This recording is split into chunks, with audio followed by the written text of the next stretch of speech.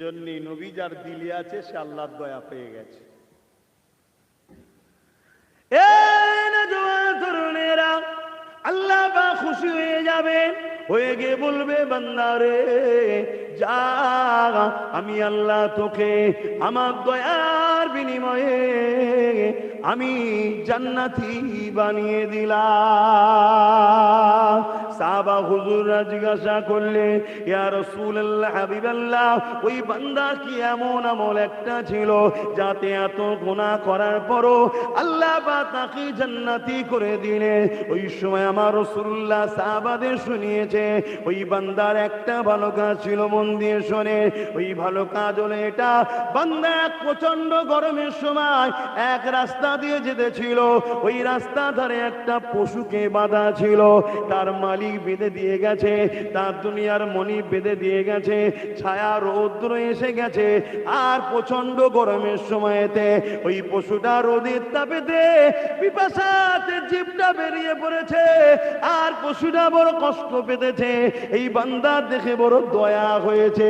আর আমার রাসূলুল্লাহ বললেন, আল্লাহ পাক কিয়ামতের দিন এই বান্দাকে বলবে, ওরে আমার বান্দা রে, দয়ার মালিক তো আমি আল্লাহ, একবার দয়া দুনিয়াতে দিয়েছি, ওই দয়া নিয়ে যদি তুই আমার সৃষ্টি যখন বিপদে ছিল তার উপরে দয়া দেখিয়েছি, আজকে কঠিন দিনেতে আমি আল্লাহ তুই বিপদে আছি, তোর উপরে কেন দয়া দেখাবো না?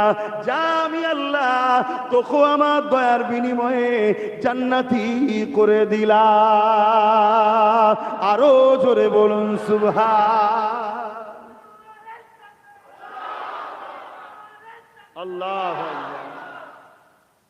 একটা অবালা পশুর উপরে দয়া দেখানোর জন্য যদি গুনাহ মাফ হয়ে জান্নাতে যাওয়া যায়, আল্লাহর শ্রেষ্ঠ সৃষ্টি মানুষ, মানুষ যদি বিপদে পড়ে তার পাশে দাঁড়িয়ে যদি দয়া দেখায়, আল্লাহ কি কিয়ামত দিন দয়া করবে না? কিছু বুঝতে পারছেন? আর আপনি যদি দুনিয়ায় কারো উপরে দয়া না দেখান, আপনি আল্লাহর দয়ারও আশা করে লাভ নাই। কেন? আল্লাহ তো কিয়ামত দিন তার উপরেই দয়া দেখাবে যে তার সৃষ্টির উপরে দয়া দেখিয়েছে। এজন্যই বলি, জুলুম করা যেমন হারাম, জুলুমকারীকে সাপোর্ট করাটাও হারাম। আর একটু যদি হাগিয়ে যায়, মুসলিম শরীফ, বুখারী শরীফের পরে যে কিতাবের মর্যাদা, সেই মুসলিম শরীফের হাদিস, আল্লাহ রসুল বলছেন, অন্যায় জুলুম দেখলে হাত দিয়ে রোকো। যদি হাতে রোকার তোমার ক্ষমতা না থাকে, মুখ দিয়ে প্রতিবাদ করো। যদি মুখ দিয়ে প্রতিবাদ করতে না পারো, কমসে কম অন্তর থেকে অন্যায় জুলুমকে ঘৃণা করো। আর তা যদি না থাকে, ধরে লিও তোমার মধ্যে ঈমান নাই। কেননা রাসূলুল্লাহর হাদিসের শেষে বলছেন, এই অন্তর থেকে ঘৃণা করা এটা হলো সবথেকে দুর্বল ঈমানের লক্ষণ। অর্থাৎ আমার মধ্যে, আমাদের মধ্যে ঈমান আছে না নাই বুঝবেন কি করে? বলবেন তো? আমাদের মধ্যে ঈমান আছে না নাই নিজে থেকে নিজে বুঝবো কি করে?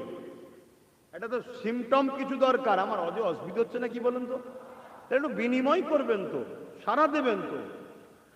আপনার মধ্যে ঈমান আছে না নাই আপনি নিজে কি করে বুঝবেন? কেন? নামাজের নাম ঈমান নয়, আমল। রোজার নাম ঈমান নয়, আমল। হজের নাম ঈমান নয়, আমল।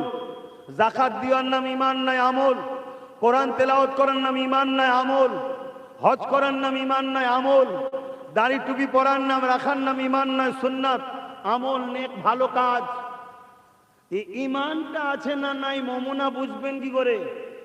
ধরুন আপনি কোনো অন্যায় করছেন, আপনাকে কেউ বলল এটা অন্যায়, আপনি তৎক্ষণাৎ যদি বলেন হ্যাঁ ভাই আমি ভুল করে ফেলেছি, এই অনুতপ্ত যদি হন, জানবেন ঈমান আছে। পরক্ষণে হয়তো আবার ভুল করছেন, কিন্তু এই অনুতপ্তটা যার মধ্যেই আছে, পাপ করার পরে যে অনুশোচন করিস, মদটা খেয়ে ফেললাম, পাপটা করে ফেললাম, সিনেমাটা দেখে ফেললাম, যাত্রায় চলে গেলাম, এই হারামটা খেয়ে ফেললাম, এই হারাম কাজ করে ফেললাম, এই যদি অনুতপ্ত যতক্ষণ তোমার মধ্যে আছে ততক্ষণ জানবে তোমার মধ্যে ঈমান আছে। আর এটা করার পরে তোমার মধ্যে অনুতপ্ত যদি না হয়, লোক হয়তো ধরিয়েও দিচ্ছে, তুমি বলছো আরে রাখতো সব কথা, জানবে তোমার মধ্যে ঈমানটা নেই। 1 নম্বর পয়েন্ট শুনছেন তো? আশা করছি আমাদের এই অনুতপ্ত হয়। আমাদের ছেলেরা ভুল করার পরেও যখন কেউ অজে বসে এসব কথা শোনালে একটু হলেও মনের মধ্যে অনুতপ্ত হয়তো নাকি, কত ভুল করেছি হয়তো নাকি, তার মানে ঈমান আছে কিন্তু গুনাহগার, ঈমান আছে কিন্তু গুনাহগার। এই গুনাহ দুই ভাবে মাপ হয়, এক তওবা করে, আজই তওবা করতে না পারো আল্লাহ পাক দয়াময় দয়া করলে ময়দানে মাশরে মাফ করে দিতে পারে, দুনিয়ায় বিমারে রেখে শাস্তি মাফ করে দিতে পারে, আর তা না হলো আযাব খাটিয়েও পাপ মাফ করে ঈমান থাকার জন্য তুলে জান্নাতে দেবে। জোরে বলুন সুবহানাল্লাহ। আর ঈমান যদি না থাকে ঢুকবে আর বেরোবে না। খুব ওপেন ভাবে বলে যাচ্ছি, মন দিয়ে শুনেলেন তো ভাইরা আমার। দ্বিতীয় নম্বর কথা, ঈমান আছে না নাই বুঝবেন কি করে? অন্যায় কেউ করছে আপনি দেখছেন, হাত দিয়ে তাকে রুখছেন না, মুখ দিয়ে প্রতিবাদও করছেন না, অন্তর থেকে ঘৃণাও করছেন না, জানবেন আপনার মধ্যে ঈমান নেই। উদাহরণস্বরূপ বলবো, উদাহরণ দিলেই তো মন ছিটকে যাবে অনেকে। ধরুন কোন শয়তান বলল কোরআন শেষ হয়ে যাবে, আমার উন্নতি শেষ হবে না। কোন শয়তান বলল কোরআন শেষ হয়ে যাবে, আমার উন্নতি, জোরে বলুন, এই কথাটা কি মানুষের কথা না শয়তানের কথা? জোরে বলছে না তো? চুপ থাকলে বুবা শয়তান করে কিয়ামত দিন তুলবে। যে বলে কোরআন শেষ হয়ে যাবে, এই ধরনের কথা মানুষের কথা না শয়তানের কথা? আওয়াজ দিয়ে বলুন, শয়তানের। হ্যাঁ, মনে রাখবেন, ফেরাউন দিয়ে আল্লাহ মুসা নবীর উম্মতদের পরীক্ষা নিয়েছে, নমরুদ দিয়ে ইব্রাহিম নবীর উম্মতদের পরীক্ষা নিয়েছে, আবু জেল উতবা সাইবাকে দিয়ে সাহাবাদের পরীক্ষা নিয়েছে, এজিদকে দিয়ে তাবিনদের পরীক্ষা নিয়েছে, শুনছেন পৃথ্বীরাজকে দিয়ে গরিবে নওয়াজের মুরিদদের পরীক্ষা নিয়েছে, ইংরেজদের দিয়ে ভারতের মুসলমানদের পরীক্ষা নিয়েছে, আজকেও জালিম হুকুমতদের দিয়ে পুরো দেশের মুসলমান ও বাংলার মুসলমানদের আল্লাহ পরীক্ষা নিচ্ছে। এখানে ঘাবড়াবার কোনো অপশন নেই। তোমার তাকদীরে যদি হকের পক্ষে লড়াইয়ের মরণ যদি থাকে, তুমি নিজেকে খুশি মনে করো, গর্ব মনে করো, মরতে দেরি জান্নাতের নকশা, জান্নাতের খুশবু পেতে দেরি হবে না। জোরে বলুন সুবহানাল্লাহ। আবার এসব কথা শোনালে আমাদেরই কওমের মৌলী সাহেবরা বলবে সব ব্রেন ওয়াশ করছে, ব্রেন ওয়াশ করছে। যেমন আবু জেল বলেছিল মোহাম্মদ রসুল ফিতনা লাগাচ্ছে। আজকের আবু জেহেলের চালা উত্তরসূরি দাড়ি টুপি ইউনিফর্মের ভেতরে মৌলী সাহেব সেজে কিছু আবু জেহেলের চালা বেরিয়েছে, তারা বলবে এইসব কথা বলে সব ব্রেনকে ওয়াশ করছে, যুবক ছেলেকে গরম করছে। শুনছেন তো নাকি? হ্যাঁ, গরমই করছি তো আমি। নারীদের ঘরে ধর্ষণের হাত থেকে, ধর্ষকদের হাত থেকে বাঁচাবার জন্য গরম করছি, চোরেদের হাত থেকে মানুষকে বাঁচাবার জন্য গরম করছি, সন্ত্রাসদের হাত থেকে নিরীহ মানুষকে বাঁচাবার জন্য গরম করছি, সমাজকে রেপ মুক্ত, চোর মুক্ত, ধর্ষণ মুক্ত, সন্ত্রাস জঙ্গি আতঙ্কবাদ মুক্ত করার জন্যই তো এই যুব সমাজকে তৈরি করছি আমি। হ্যাঁ, আমার দেশকে দেশদ্রোহীদের হাত থেকে বাঁচাবার জন্য তো এই যুবকদের আমি তৈরি করছি, দেশের গাদ্দারদের ঘরে মিটাবার জন্যই তো তৈরি হচ্ছে আমরা, ঠিক না বেঠে? এবারে দেশের গাদ্দারদের বিরোধী করা যদি কারো আপত্তি হয়, তাহলে সে গাদ্দারকে তো আগে মিটাতে হবে। কথা বুঝছেন না? বুঝলেন? হ্যাঁ, কেন আমার দেশ মদের বিরুদ্ধে, জানো এটা? জানেন আপনারা? আমার দেশের সংবিধানে আছে মদ, শরাব, নেশা ব্যান্ড। তাহলে এই দেশে যারা শরাব মদ প্রচলন করে তারা দেশদ্রোহী আমার নজরে, সংবিধান বিরোধী। তাদেরকে রুকা, এটা দেশপ্রেমিকের কাজ আছে না নাই? আর এ দেশ স্বাধীনতার পিছনে সবার অবদান আছে, কিন্তু মনে রাখবেন উলামাদের অবদান সব থেকে বেশি। তাহলে সেই উলামা হিসেবে আজ আমার দায়িত্ব আছে, আমার দেশ ধ্বংসের দিকে যাচ্ছে। আমি যেমন ধর্মের কথা বলবো, নামাজ রোজা দাড়ি টুপি হজ যাকাতের কথা বলবো, তেমন আমি বিজনেসের কথাও বলবো, তেমন আমি সংসার জীবনের কথাও বলবো, তেমন আমি রাষ্ট্র জীবনের কথাও বলবো। বলবো না? বলবো না? আমার নবী কি শুধু ধর্মনীতি শিখিয়েছে? রাষ্ট্রনীতি শিখাইনে, সমাজনীতি শিখাইনে, পরিবার নীতি শিখাইনে, মানববন্ধন নীতি শিখাইনে, রাজনীতি শিখাইনে।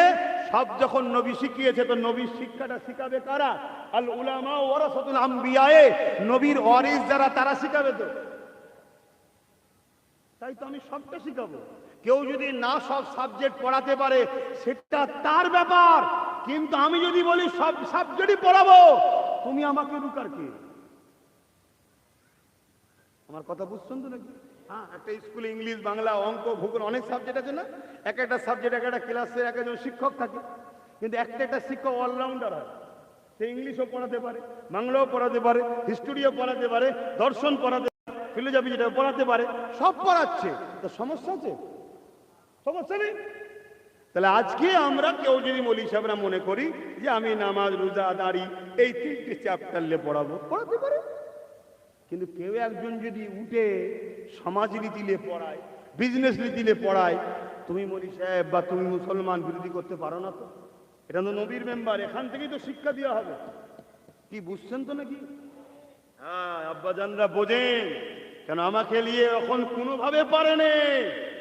লাস্টে এআই ছবি করছে আমার, কথা বুঝলেন না? আমার মুখকে কেটে একদিকে একটা শয়তান আর একদিকে আর একটা শয়তান, বীজখানের শয়তানটা বারে বেটে মতো ছিল, লম্বা হলে মিলানো যেত না, তার মুখে আমার মুখটা লাগিয়ে দিয়েছে, লাগিয়ে দিয়ে ছেড়ে দিয়ে যাই। দেখো আব্বাস সিদ্দিকী, দেখো কাদের সঙ্গে, মানে দিল্লির শয়তানের কথা বলছি রে বাবা, বুঝতে পারছেন না? হ্যাঁ, কিন্তু যার মুখে ঠেকিয়েছে সেটু বেটে টাইবে। এই বেটে বলে বেঁচে গেছি, সবই আল্লাহর ইচ্ছা। নাই ডায়ে বাঁয়ে লম্বা লম্বা রয়েছে, তাদের মুখে লাগালেই তো এটা মিটে যেত। তাহলে তো প্রমাণ দেওয়া বিরাট, কেন এআই ছবি মারাত্মক ছবি, বোঝা মুশকিল তো। কিন্তু খোদা যাকে বাঁচায় এভাবেই বাঁচাইতো। হ্যাঁ, ও ডায়ে বাঁয়ে লম্বাটার মুখে দেয়নি, দিয়েছে বীজখানেরটাই, আর দুজনের কাঁধে হাত দিয়ে আছে, আর বীজখানেরটা হলো বেটে টাইপের। ওইখানটাই ধরা পড়ে গেছে যে আব্বাস সিদ্দিকী তো বেটে লোক নয়। কথা বুঝতে পারছেন তো? কত কি ষড়যন্ত্র চলছে। হ্যাঁ,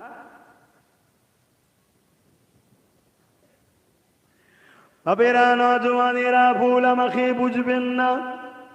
আল্লাহ নবী, নবী, দয়া নবী এই দুনিয়া জমিনে এসেছিলেন, অন্যায়, অত্যাচার, জুলুম, রাজানি, খুন, দাঙ্গা ফাসাদকে বন্ধ করেছে, এই দুনিয়া জমিনে হিংসাকে মিটিয়েছে, এই দুনিয়া জমিনে সন্ত্রাসীকে মিটিয়েছে, এই দুনিয়া জমিনে স্বৈরাচারী শাসকদের মিটিয়েছে, এই দুনিয়া জমিনে গরিব, দুঃখী, এতিম, বিধবাদেরকে তাদের মর্যাদা দিয়েছে। গরিবের গলাতে, কোমরেতে বেল বাঁধা থাকতো, বাজারে নিলামে তোলা হতো, আল্লাহ নবী তাদের কোমর থেকে, গলা থেকে বেলকে খুলে আজাদ করে দিয়েছে। বেলাল হাবশির মতো মানুষকে আল্লাহ নবী পৃথিবীর সম্মান, শ্রেষ্ঠত্ব সম্মান দিয়ে দিয়েছে। এমনকি কাবার ছাদে উঠে আজান দিবার মতো পাওয়ার গোলাম যে ছিল, হাবশি দেশের মানুষ ছিল, দুনিয়া যাকে লাথি মারত, অপমান অপদস্থ করত, বেতের আঘাত করত, তাকে রাসূলুল্লাহ আল্লাহর কাবাতে তুলে দিয়ে আজান দিবার পাওয়ার দিয়ে দিয়েছে। এ নওজওয়ানেরা, তরুণেরা, আমরা নবীর উম্মত যদি হই, তাহলে আমাদের উচিত আজকে সমাজে মুসলিমদের পাশে দাঁড়ানো, গরিবের পাশে দাঁড়ানো, দুঃখীদের পাশে দাঁড়ানো। তাহলে ঈমান আছে না নাই বুঝবেন কি করে? আপনি দেখছেন একজন মানুষ এমন করে আর একজন মানুষকে জুলুম করছে, অত্যাচার করছে, আপনি তাকে হাত দিয়ে রোখেন, যদি হাতে রোকার ক্ষমতা নাই, আপনি দেখছেন রুখতে গেলে আমার জান চলে যাবে, আমার ক্ষমতা নাই, কমসে কম মুখ দিয়ে গিয়ে প্রতিবাদ করে, কেন রে গরিবটার ঘরটা ভাঙছি, কেন রে ওর দোকানটাতে তুই তালা মেরে দিলি, কেন রে ওর নামে তুই মিথ্যা মামলা দিলি, কেন রে ওই এতিমের জায়গাটাকে তুই দখল করে নিলি, কেন রে মাদ্রাসা সম্পদকে নিজের নামে লিখে নিলি? এটা আপনাকে বলতে হবে, কেন রে তুই ওয়াকাফকে ফেলে দিবার প্ল্যান করতে লেগেছি? এটা যদি আপনি মুখ দিয়ে বলতে না পারে, যে আমি মুখ দিয়ে বললে আমার কেস হয়ে যাবে, জেল হয়ে যাবে, আমি হয়তো জেলের কষ্ট সহ্য করতে পারবো না, তাহলে 3 নম্বর অপশন, এবং সেটা হলো অন্তর থেকে ঘৃণা করা। এই অন্তর থেকে ঘৃণা করার বলার পরে আল্লাহ নবী বলেছে এই শ্রেণীটা হলো সব থেকে দুর্বল ইমান। এরপরে আর ইমানের কোনো অপশন না।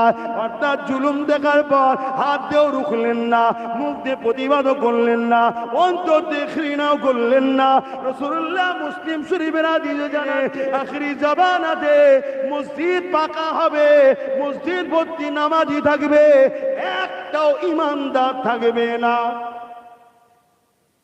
শুনছেন আমি কি বলছি? এই ওয়াজটা করা দরকার এই সমাজে আছে না? না, আমার বাপ, আমার ভাই, আমার মা, আমার বোন, সে জানেই না ভেতরে ভেতরে বেঈমান হয়ে যাচ্ছে। তাহলে আপনি জাহান্নামে যাবেন, আমি চুপ থাকবো? বুঝাবো না? তাহলে আমাকে এনেছেন কি করতে? কি দরকার? আরো তো কত হুজুর আছে, মৌলানা বক্তা আছে, জলসা দিবার কি দরকার? তাহলে অন্য কিছু দেন। জলসা তো এই জন্য দেওয়া হয়েছে যাতে দুনিয়াতেও কল্যাণের রাস্তা পায়, আখিরাতেরও কল্যাণের রাস্তা পায়, এই জন্যই তো নাকি। কিন্তু বাপ এখন যখনই বলবো এ সমাজকে যারা শিখিয়েছে যে বাজ কর, দাঁড়িয়ে রাখ, টুপি পর, সুবহানাল্লাহ, তাসবিহ পড়, বাবা আল্লাহ আল্লাহ কর, আল্লাহ আল্লাহ কর, আল্লাহ আল্লাহ কর, এটা তো একটা যুগ যুগ ধরে আমাদেরকে এই জায়গায় নিয়ে এসছে। বিপ্লবী যে মনোভাব, মুসলিম যে বীরের জাত, মুসলিম যে ওমর ফারুকের উত্তরসূরি, মুসলিম তো খালিদ বিন ওয়ালিদের উত্তরসূরি, মুসলিম তো শেরে খোদা মৌলা আলীর উত্তরসূরি, মুসলিম তো সে সালাউদ্দিন আইবির উত্তরসূরি, সেই মোহাম্মদ বিন কাসেম। 17 বছরের একটা যুবক ভারতের মুসলমানের ইজ্জতকে যখন তৎকালীন জালিম রাজা বন্দী করেছিল, সৌদি থেকে 18 বছরের মোহাম্মদ বিন কাসেম ভারতের বুকে এসে মুসলিম নারীর ইজ্জতকে বাঁচিয়েছিল। এরা তো সে জাতি, এ জাতিকে ওই প্রতিবাদমূলক জায়গা থেকে সরাও। আমরা পুরো প্যারালাইসিস রোগীটা বলুন, এ জাতি প্যারালাইসিস রোগী হয়েছে নয়? আর কিছুদিন পরে এই তোমাদের আশপাশে কোন জায়গাটা রিসেন্ট নাকি অশান্তি দাঙ্গা নাকি এটা হয়েছে, এই আশপাশে কোন জায়গায় হয়েছে আমি ঠিক জানি না, কথা বুঝে আসছে, কন্টিনিউ চলছে। লাস্টে সব মাথা চাপড়াচ্ছে, বুক চাপড়াচ্ছে, সব জেল ভর্তি হচ্ছে, কিছু করতে পারছে না, কথা বুঝে আসছে তো? তাহলে এই দাঙ্গা রুকার নাম হলো ইসলাম। জোরে বলুন সুবহানাল্লাহ। আমরা রুকার স্বপ্ন কখনো দেখেছি? রুখতে গেলে যে পরিকল্পনা করা হয় সেই পরিকল্পনা কখনো করেছি? করিনি। তাই তো আজকে ফাঁসছি। দেখুন বাপ ভাইরা, আলোচনায় অসুবিধা হলে বলুন, লাইন ঘুরিয়ে দিচ্ছি। হায় হায় আমার জাতি, হায় আমার কম। বুঝুন তাহলে ঈমান আছে না নাই, নিজে থেকে অনুভব করার রাস্তা আছে। প্রথম নম্বর বললাম, অন্যায় করার পরে যদি অনুতপ্ত হও তখন তোমার মধ্যে ঈমান আছে, এটা প্রমাণ। আর একটা হলো অন্যায় দেখার পরে হয় হাত দিয়ে রুখবে, এটা হলো এক ক্যাটাগরির ঈমান। হাত দিয়ে রুখতে পারে না, দ্বিতীয় স্তরের ঈমান। রাসূলুল্লাহ স্তর ভাগ করেছে, আমি নয়। শেষ এবং নিম্ন স্তরের ঈমান কি? অন্তর থেকে ঘৃণা করবে। আর তা না করে তুমি যদি ওই জালিমকে সাপোর্ট করো, বলো ঈমান আছে? বোঝার চেষ্টা করে। আমি 2 জন কি করব, আমি 10 জন কি করব, ওটা বিষয় নয়। ফাইসাল্লাহ আমার না আল্লাহ, ফাইসাল্লাহ আপনাদের হাতে আছে না আল্লাহর কুদরতি আছে? তাহলে আপনি ফাইসাল্লাহ দিচ্ছেন কেন? কি হবে, কি করব? আপনার ডিউটি আপনি পালন করুন। আব্বাজান ইব্রাহিম আলাইহিস সালামকে নমরুদ আগুনে ফেলে